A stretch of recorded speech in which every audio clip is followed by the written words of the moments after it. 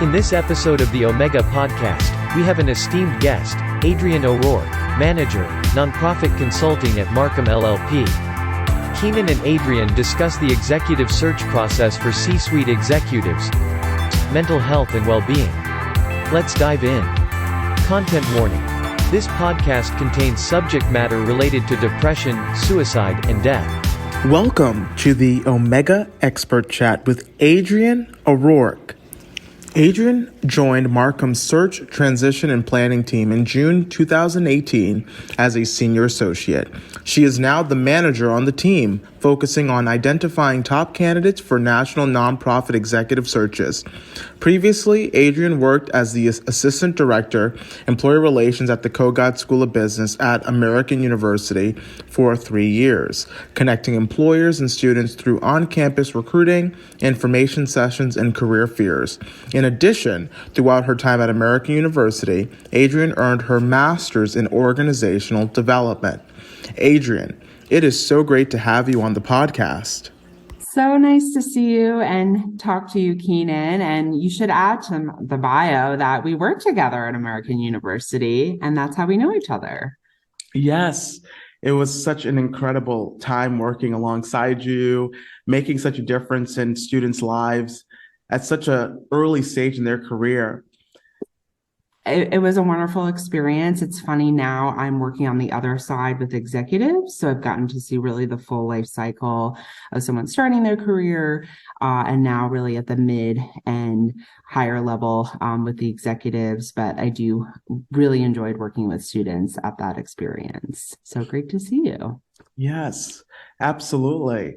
And just to get our conversation kickstarted, now that you're at Marcum and you're doing a lot of executive searches, what are some specific qualities or leadership traits that stand out to you as you look for candidates or just in an ideal leadership position?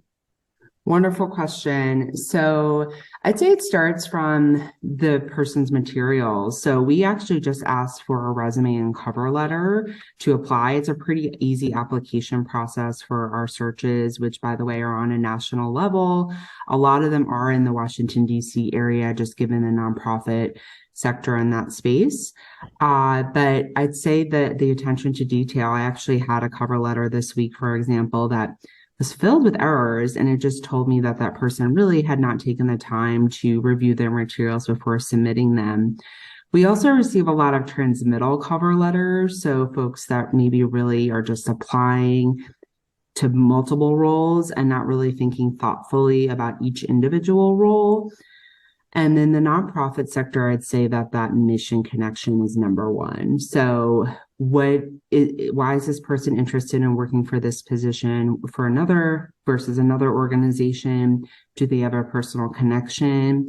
So, for example, I just started a search yesterday for the Hemophilia Federation of America. Does a person have a personal connection to that? Do they know someone in their family?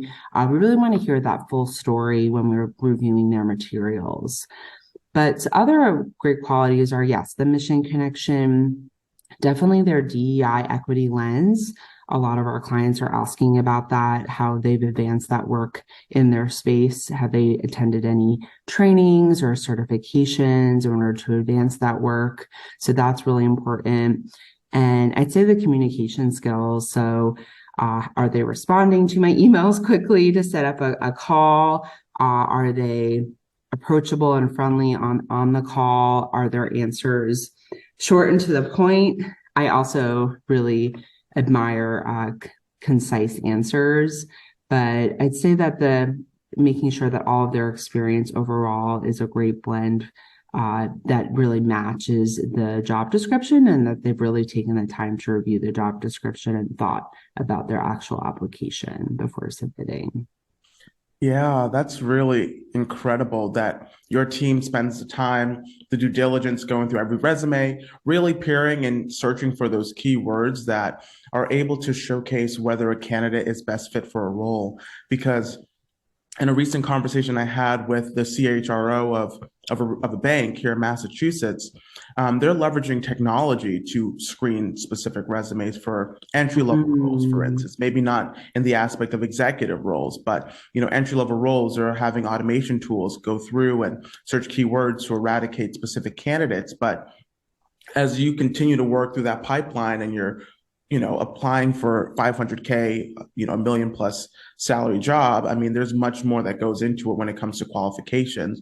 But on the aspect of, executives, and we can talk more about leadership, but from the premise of mental health, it's a start of the year. A lot of employees, a lot of employers are really cracking down on having more candid conversations with their employees about mental health and well-being.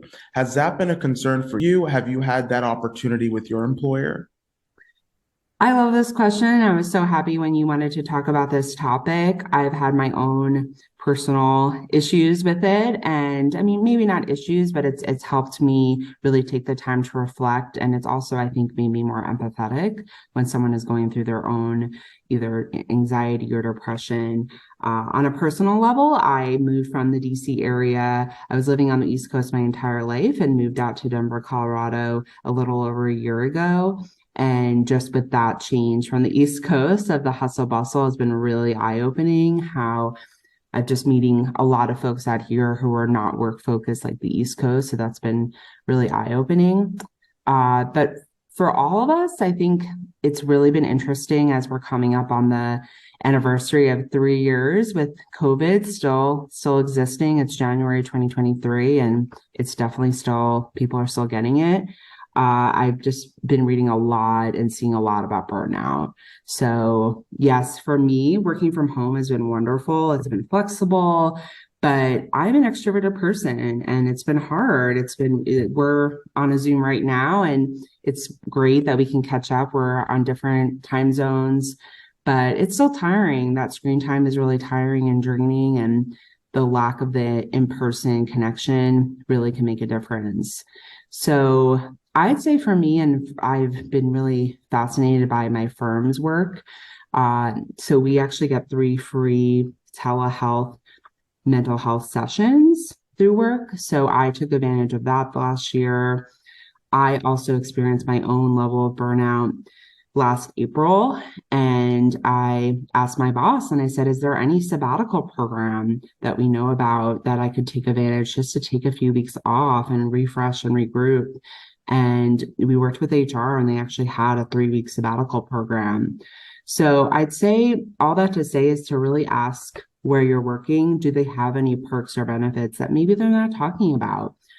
Those were 2 free benefits that I took advantage and really made a difference.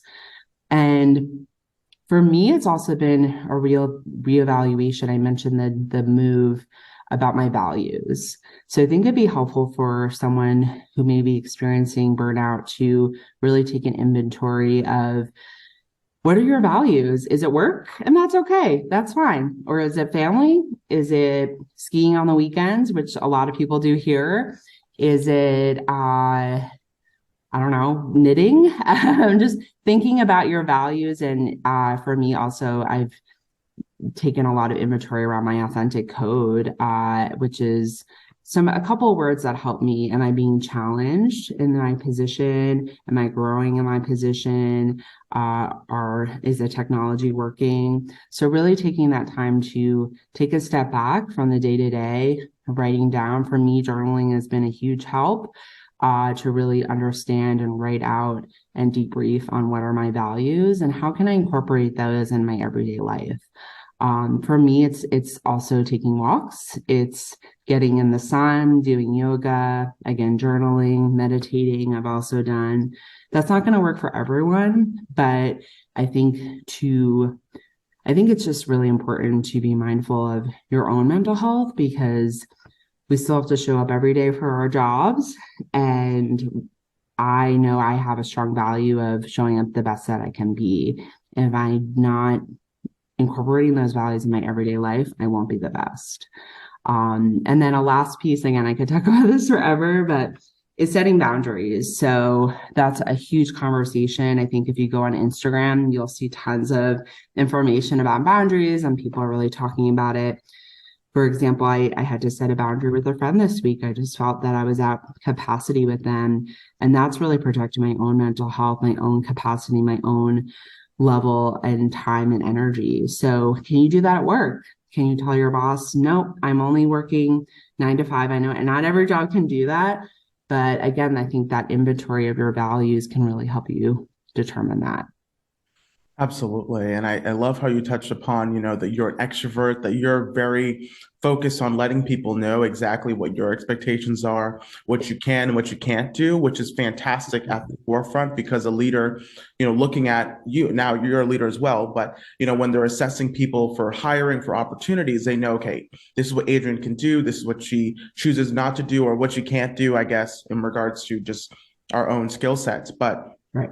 for individuals that might be introverts, for instance, that might be hesitant to even express that they're going through a difficulty at home or a difficulty at work, what are some particular methods or things that you have experienced throughout your career that might be a resource to them? Because we both know depression is something that many employees at some point or another experience, but they're very hesitant to express that with their employer for fear of feeling weak or being viewed as being weak and incapable. I mean, sometimes there's been stories in the past that individuals have shared, personal occurrences that have happened to them, and that has been used against them, when it comes to promotional opportunities. So I find that our conversations on mental health need to be destigmatized. But what would be some starting phases or maybe some points that you have seen has been successful for maybe someone that might be hesitant? Is it talking to a peer? Is it, writing a letter to, a leader within the organization? We hope that you are enjoying this episode. Please provide in the comments section your thoughts and feedback. Let's jump back into this thought-provoking conversation. What would be some starting phases or maybe some points that you have seen has been successful for maybe someone that might be hesitant? Is it talking to a peer? Is it, writing a letter to, a leader within the organization? Such a great question. I honestly definitely have a blind spot about introverts, so I'll admit that. I will say that I had someone on my team this year who is a member of Gen Z. So the generation I'm in, I'm definitely a millennial, but I was just very empowered by him because he was very upfront about his mental health. I think it may be a little bit jarring for me at first because I have in my mindset that, can we talk about these things at work? I still think I have that just from my being raised by boomer parents. And that was always in my mind, like, don't speak up too much at work. But it was so refreshing when he came to me and said, hey, I'm struggling here. My mood's all over the place. I need some space. So that's the first thing I can think of, is that I think it's definitely, we're making progress and making waves because of the next generation, which is wonderful. I think I don't want to go too far away, but I think that once we have more Gen Z folks in leadership positions in Congress, we'll really continue to see those changes. But yes, I think that asking for help, and I totally understand, again, having experienced depression myself, it's really hard to do when you are so in your mindset and maybe so far along. But I think it is identifying maybe a person when you are in a good space. Okay, I have this great friend that I can go to. For me, I do voice notes, and it's hard to schedule times, Keenan, where, we were on a group message yesterday trying to figure out times to catch up with our friend, and everyone's so busy. Our schedules are tough. So for me, voice notes have been really helpful, where I just send a minute or two voice note and say, hey, this is what's going on in my life. It's a lot easier than a text sometimes. And I think it's again, identifying who is in your space. Is it a parent? Is it a sibling, a cousin, a good friend from another job, someone that you can maybe rely on, depend on when you are in that space?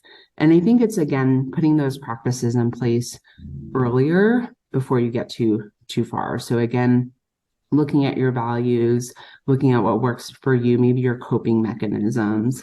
I think for me earlier in my career, my quote unquote coping mechanisms were binging Netflix, which is fine sometimes, but I know that going on a long walk, calling a friend, meditating, or doing a workout is so much more beneficial than watching Emily in Paris again, and then also scrolling on my phone. So I think it's, again, identifying those practices, those coping mechanisms that will work for you. So when you do go through a rough time, which we all do, as you mentioned, especially in January, it's super cold and dreary, that you can hopefully prevent those times. So those are the things for me. I'm really empowered by this next generation. We're having frank conversations. I think we have to, with the results of the pandemic, the results of screen time, social media, and I'm hopeful that it'll be more apparent and just part of our everyday conversation going forward. And I think that through this conversation and also the recent news of the passing of the gentleman that was part of the Ellen DeGeneres show, Twitch Stephen Boss, I think that has brought a lot of additional conversations about mental health, because here we have a gentleman that was not expressing any particular issues of pain or seeing any particular therapist that we know or that has been documented, that's been shared by the media, and yet he took his own life. So going through the frenzy of trying to figure out more about the situation, I think as leaders, as you and I both know, that having these conversations, it might not necessarily have to be on a day-to-day basis, but a month per month check-in doesn't have to be so explicit, but even just sending out a survey, how are you doing? 1 to 10, 10 being I'm feeling great, 1 being, hey, I'm not doing so well. And then maybe dissecting that and just maybe touching those key individuals and really kind of understanding what they're going through, because it's really a difficult situation to be in as a leader when someone on your team is not giving 110% or giving 100% even, because they're just going through a lot at home. So having those key conversations, really checking in on your employees, checking in on your team members, teammates, and just understanding, everyone's going through something. No one's perfect, of course, but it's important that as we work with diligence and we work with sympathy. You might not understand what people are going through, but it's good to listen. I think that that's something that I want to get your opinion on, Adrienne, is, how can executives, leaders of companies listen better? Because, we as leaders within our own organizations have decided that we're overseeing groups and we have our own agenda, we have our own objectives. But how do we get to that state where we can be more sympathetic, listen more, and be more intentional about establishing those types of connections? Another great question. I hope that also goes to, it makes me think about training in general for leaders. So I hope as we're continuing to have these conversations, that is part of being a leader holistically. So yes, what are your listening skills? What are your communication skills? I actually do ask that in reference calls. So when we're about to give an offer, that is a question I usually ask. What is this person's communication skills like? What is their ability to listen? I think, unfortunately, in our distracted world where we have things coming through at all times, I just got out of my Outlook because I didn't want anything to come up. There's always something. We were talking about the news before we jumped on this call. There's so much information, so much to keep up with, that it's frankly distracting. And people, I think, really struggle to listen. So I'd say for me, if I'm going into a call or a meeting, I turn my phone on Do Not Disturb. Like I mentioned, I took out my Outlook, so I'm not distracted by notifications or things coming up. So that really helps my presence. I'd also say it's if there's any trainings that you can attend or any personality tests that may be helpful for you. So for example, I know my MBTI, I know my Enneagram, I know my DISC, which is really use for conflict resolution, but knowing where my strengths are. So for example, my MBTI, it shows that I'm really empathetic, and I lean into that. So now knowing that I'm an empathetic person, that's something that I'm going to keep in mind and know that that's something I can utilize when I'm in a tough conversation. So I think it's first knowing a lot about yourself, which can really help with the other pieces as well. Minimizing the distractions. Again, we can't help how many distractions there are, but I think meditation really helps with that. So it helps with presence. I also heard a friend, which I really love this the other day, say trying new things really helps with presence, because you have to concentrate so much on the new thing and you're nervous and you're scared, and it really helps with presence and putting you in your own space. So I think that goes also into your mental health and your well-being. What are you doing on your outside life? Are you going to these crazy parties, which is fine? Or are you going to more present, calming events? Are you exercising to help remove the burnout? So I think it's really the holistic view. It's not just our Monday through Friday, 9 to 5, but what are you doing outside of those hours to really refresh yourself, remove burnout, and remove distractions so you can be really present when someone's having a tough conversation. But I'd say it's a work in progress. I also really love feedback. I know that's really hard for a lot of folks, and it takes practice. One of the great things about my master's program is that we practice feedback a lot.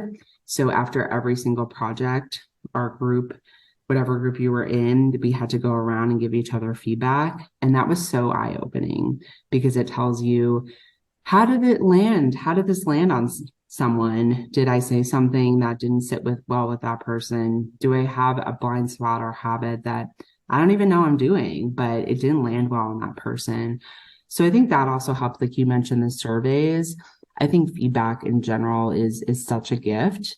The time has to be right. It can't just be out of nowhere. And I always ask someone, are you open to feedback before I give it?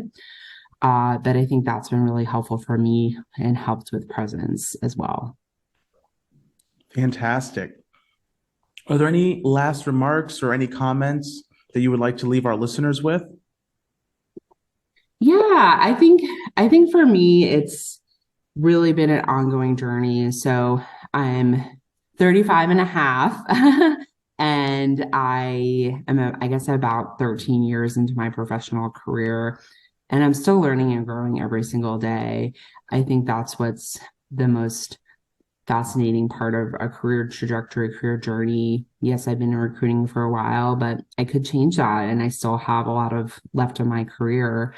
But I think it's taking the time, using your tools, using your resources. Like I mentioned, my firm offers a lot of benefits for the mental well-being. Take advantage of those. I know that we're all busy, and for example, we have every once in a while, we'll have a 15-20 minute meditation break. Put that on your calendar and make sure you show up.